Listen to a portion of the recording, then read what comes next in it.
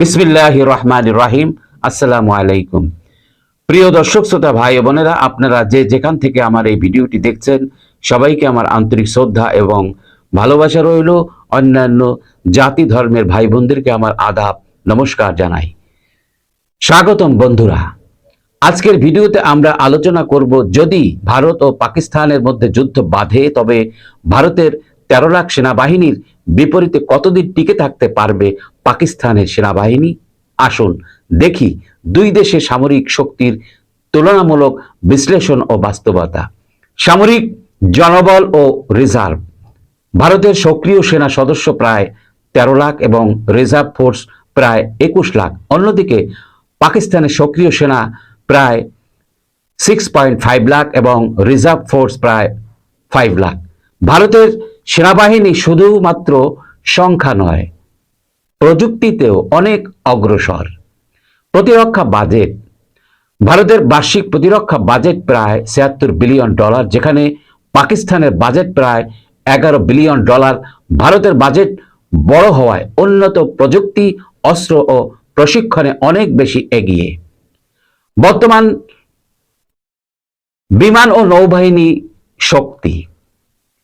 ভারতের বিমান বাহিনীতে রয়েছে 2100+ যুদ্ধ বিমান এবং একটি এয়ারক্রাফট ক্যারিয়ার সহ শক্তিশালী নৌবাহিনী। পাকিস্তানের বিমান আছে প্রায় 1300টি, যার বেশিরভাগ চীন বা পুরনো মার্কিন প্রযুক্তির। নৌবাহিনীতে ভারত অনেক বেশি আধুনিক এবং পরমাণু সাবমেরিন রয়েছে। পরমাণু শক্তি ও ক্ষেপণাস্ত্র। উভয় দেশই পরমাণু শক্তিধর। ভারতের আছে অগ্নি 5 সহ লং রেঞ্জ ব্যালিস্টিক মিসাইল, যা 5000 কিলোমিটার দূরে আঘাত হানতে সক্ষম। পাকিস্তানেও আছে হাটফ ও ঘৌরি সিরিজের ক্ষেপণাস্ত্র, তবে রেঞ্জ ও নির্ভুলতা ভারতের চেয়ে কম। তবে পরমাণু যুদ্ধে ঝুঁকি দুই দেশই এড়াতে চায়। ভূখণ্ড ও ভূরাজনৈতিক পরিস্থিতি।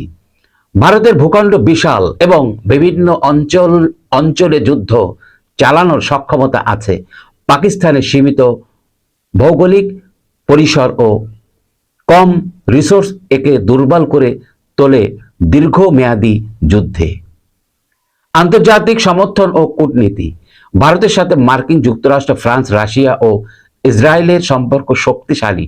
পাকিস্তান ঐতিহ্যগতভাবে চীন ও তুরস্কের উপর নির্ভর করে।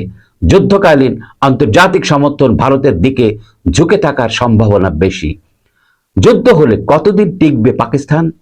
যদি পূর্ণমাত্রা যুদ্ধ হয়, পাকিস্তান 7 থেকে 10 দিনের মধ্যে রসদ সংকটে পড়বে। ভারতের এয়ার স্ট্রাইক ও আর্টিলারি ব্যবহারে পাকিস্তানের বড় শহরগুলো দ্রুত বিপর্যস্ত হবে। তবে আত্মরক্ষা ও সীমিত প্রতিরোধে পাকিস্তানের সেনাবাহিনী দক্ষ, তাই একেবারে অবমূল্যায়ন করা ঠিক নয়। পাকিস্তান টিকে থাকতে পারে কিছুদিন, কিন্তু পূর্ণমাত্রা যুদ্ধ হলে ভারসাম্য অনেকটাই ভারতের পক্ষে। আশা করি দুই দেশই যুদ্ধ নয়, শান্তি ও উন্নয়নের পথে চলবে। ভিডিওটি ভালো লাগলে লাইক দিন, কমেন্টস করুন আর চ্যানেলটি সাবস্ক্রাইব করতে ভুলবেন না। আল্লাহ হাফেজ। আসসালামু আলাইকুম।